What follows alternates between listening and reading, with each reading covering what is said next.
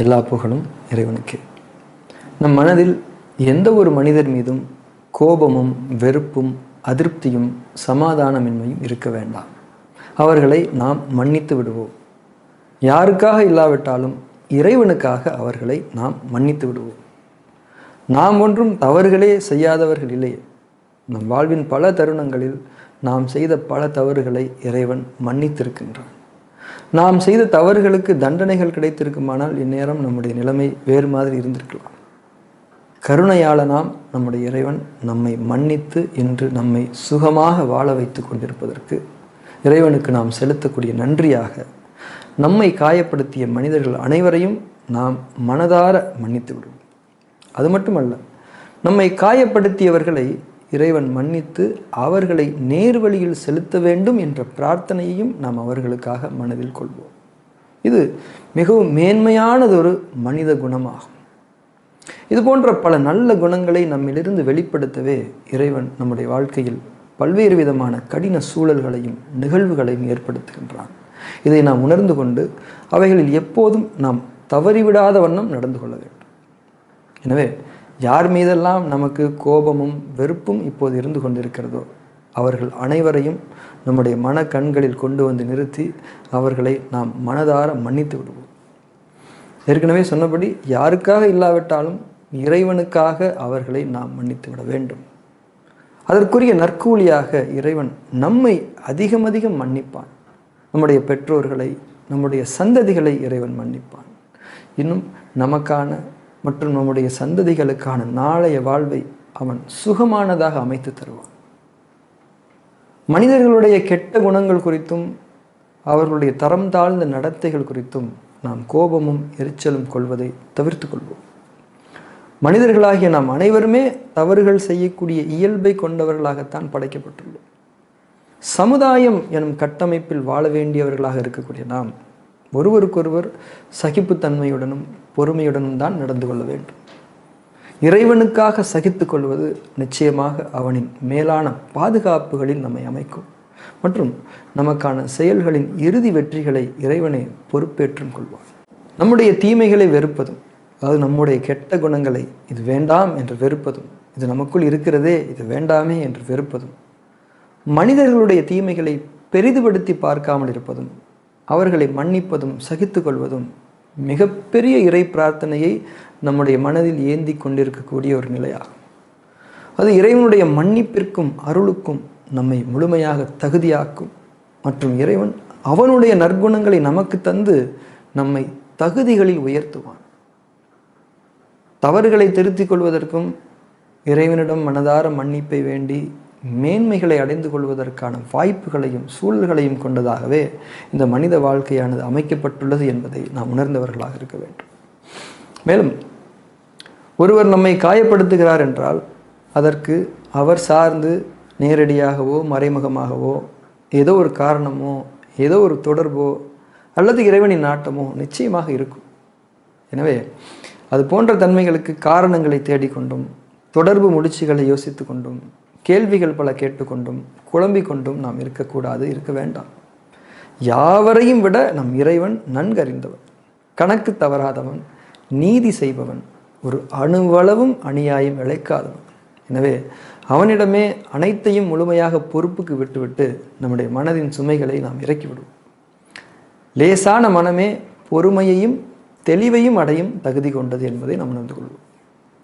குணங்களில் மேன்மையான மன்னிக்கும் குணத்தை இறைவனிடம் நாம் விரும்பி வேண்டியவர்களாக இருப்போம்.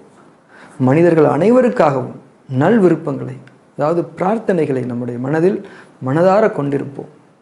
நம்முடைய பிரார்த்தனைகளுக்காகவே இறைவன் மனிதர்களை மாற்றுவான், அவர்களின் மனங்களை மாற்றுவான்.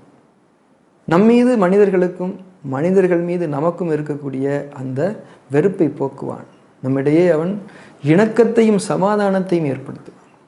இன்னும் நமக்காக உலகத்தினுடைய சூழல்களையும் நிகழ்வுகளையும் கூட அவன் மாற்றுவான்.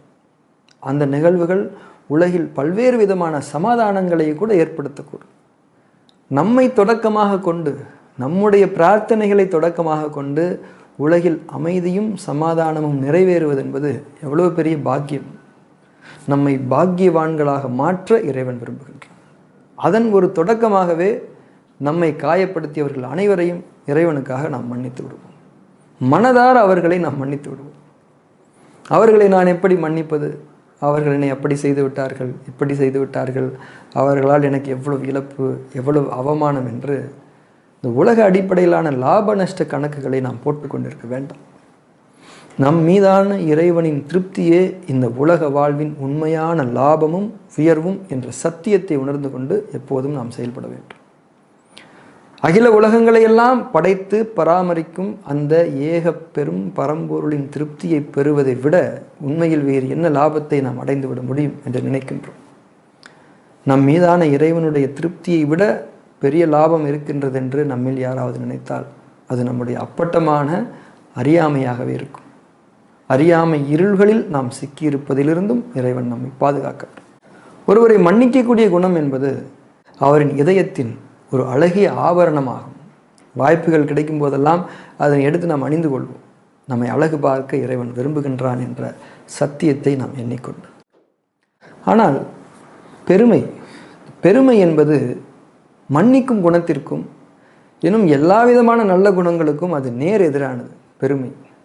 பெருமை இருப்பதனால்தான் நாம் மனிதர்களை மன்னிக்க மறுக்கின்றோம். பெருமை என்பது இதயத்தின் ஒரு அழுக்கு. சில மனிதர்களுக்கு அந்த அழுக்கு அழகாக தெரியலாம், மன்னிக்கக்கூடாது என்று அந்த இதயம் முடிவு செய்யலாம். பெருமை கொண்ட அந்த குருட்டு இதயங்களுக்கு இறைவனுடைய ஒளிமிக்க பாதை தெரியவே தெரியாது. பெருமை கொண்ட மனம் மன்னிப்பதை விரும்பாது, மன்னிப்பதை விரும்பாத மனம் பெருமை கொண்ட மனம். இப்படித்தான் புரிந்து கொள்ள வேண்டும். மற்றவர்களை மன்னிக்காத மனம் இறைவனின் அருளுக்கான தகுதிகளை ஒருபோதும் அடையவே முடியாது. எனவே நம்முடைய மனதின் பெருமைகளை நீக்கிக் கொள்ள உறுதி கொள்வோம். எப்போதெல்லாம் மனிதர்களை மன்னிக்க வாய்ப்பு கிடைக்கிறதோ முழுமையாக அதனை பயன்படுத்திக்கணும். இன்னும் நம்முடைய மனதில் இருக்கக்கூடிய பகை, வெறுப்பு, கோபம், பொறாமை போன்ற கெட்ட குணங்கள் அவைகளெல்லாம் மனதிற்கு பாரங்கள். அந்த பாரங்களெல்லாம் நீங்கி நம்முடைய மனம் லேசாகட்டும். பாரமான பொருட்களால் கீழே மட்டும்தான் தங்க முடியும், மேலெழவே முடியாது. எனவே இந்த கெட்ட குணங்கள் எல்லாம் நம்முடைய மனதிற்கு பாரங்கள். அந்த கெட்ட குணங்களை நாம் மனதில் வைத்து கொண்டிருப்பது நம்மை கீழான நிலைகளிலே தான் நம்மை வைத்திருக்கும். எனவே நல்ல குணங்களை கொண்டும் இறைவனுடைய திருப்தியை கொண்டும் நாம் மேலே எழுவோம். நமக்கான நித்திய வாழ்வு மேன்மை மிக்க உயரங்களில் இருக்கின்றது. அதற்கான இறைவனுடைய அழைப்பும் நமக்கு இருக்கின்றது. அதுதான் மற்றவர்களை மன்னிக்கக்கூடிய வாய்ப்பு. எனவே இறைவனுக்காக நாம் அனைவரையும் மன்னித்து விடுவோம். மனிதர்களை மன்னிப்பது என்பது அவர்களுக்கு இறங்கி போவதல்ல, அதை விட முக்கியமாக அவர்களோடு மீண்டும் உறவாடுவதும் கூட இல்லை. இறைவனுக்கு பணிந்து அவர்கள் மீதான கோபத்தை, பழி உணர்ச்சியை, வெறுப்பை, பகையை நம்முடைய மனதிலிருந்து நீக்கி கொண்டு அவர்கள் மீது அன்பை நிரப்பிக்கொண்டு அவர்களுக்காக பிரார்த்தனை செய்து கொண்டு இறைவனுடைய திருப்தியை பெறுவது. தனக்காக பணிந்தவர்களை, அவனுடைய திருப்தியை மேலாக நினைப்பவர்களை இறைவன் பாதுகாப்பான், உயர்த்துவான். அந்த உயரம் சுகங்களின் சிகரமாயிருக்கும். இறைவனுடைய பெயரை கொண்டு நம் அனைவருடைய இதயங்களும் அமைதி பெறட்டும், லேசாகட்டும். இறைவன் போதுமானவன். எல்லா பெருமைகளும் அவன் ஒருவனுக்கு.